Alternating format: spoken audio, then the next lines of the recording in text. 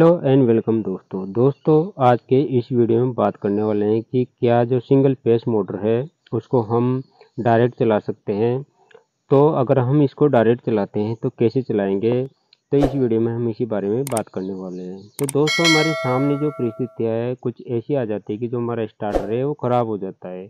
और जैसा है दोस्तों आप जानते हैं कि जो सिंगल फेस मोटर है वह लगभग अधिकांश घरों में आपको देखने को मिलेगी, चाहे वो 1 HP, 1.5 HP, 2 HP या 3 HP की हो। लेकिन आजकल जो ज़्यादातर घरों में जो सिंगल फेस मोटर देखने को मिल जाती है। अब मान लो जो स्टार्टर ख़राब हो गया तो इसको सुधराने के लिए हमें मिस्त्री के पास ले जाना पड़ेगा, तो इसमें हमारा 2 या 3 दिन लग सकता है। तो ऐसे में जो हमारी मोटर है उसको हम बिना स्टार्टर के कैसे चला सकते हैं, क्योंकि अगर हमारा स्टार्टर नहीं होगा तो उसमें हमारा टाइम लगेगा, तो हमारा काम रुक जाएगा। तो इसको हम डायरेक्ट कैसे चला सकते हैं, हमें किन किन चीज़ों की आवश्यकता होगी।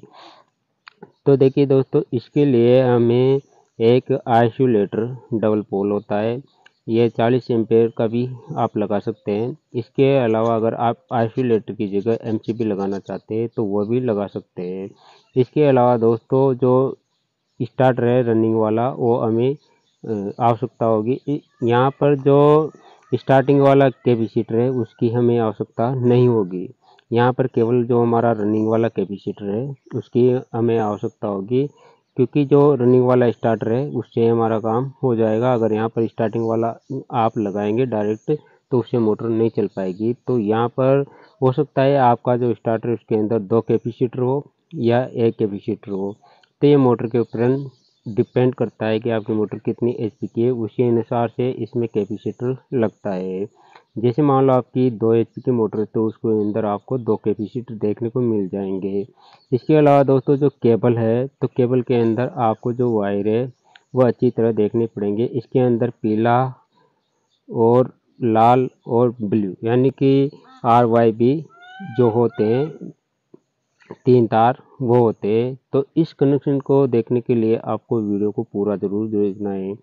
तो जो हमारा मीटर है उसके अंदर यहाँ से न्यूट्रल इनपुट कराया जाता है और जो पेस है वह इस टर्मिनल के अंदर होता है।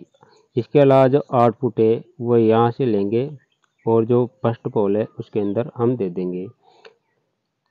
इसके अलावा जो अब हमारा जो न्यूट्रल है तो न्यूट्रल को हम यहाँ से कनेक्ट करेंगे और दूसरा जो पोल है उसके अंदर हम इसको दे देंगे।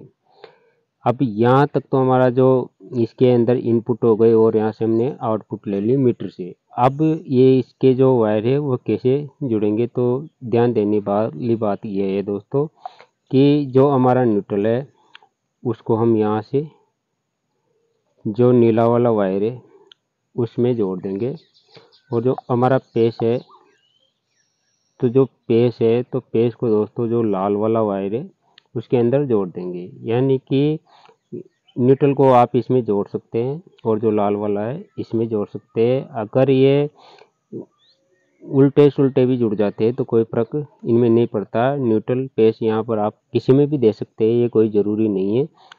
बाकी आपको जो दोनों वायर है मीटर से आने वाले या जो आइसोलेटर एमसीबी से आ रहे हैं वह दोनों ये नीले और लाल के अंदर ही जोड़ने ही आपको ध्यान रखने वाली बात है। इसके अलावा जो कैपेसिटर का एक वायर है उसको आप लाल वाले के अंदर जोड़ देंगे और अब हमारा जो पीला वायर बचता है उसको आप इसमें जोड़ देंगे। दूसरा जो वायर बचता है तो पीले वाले में जोड़ देंगे।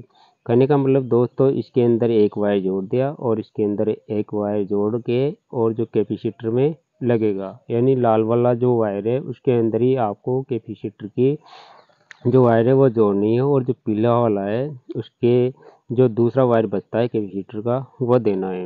यहाँ पर एमसीबी लगाने का फ़ायदा ये होगा कि जब भी शॉर्ट सर्किट या ओवरलोड मोटर अगर हो जाती है तो हमारे मोटर को प्रोटेक्शन मिलता है।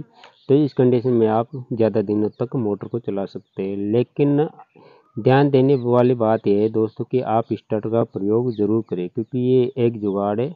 जुगाड़ ज़्यादा दिन तक नहीं चल सकता, तो आप यहाँ पर स्टार्टर का प्रयोग करें जब तक आपका स्टार्टर ठीक नहीं हो जाता है। तो आशा करता हूँ आपको जानकारी पसंद आई होगी।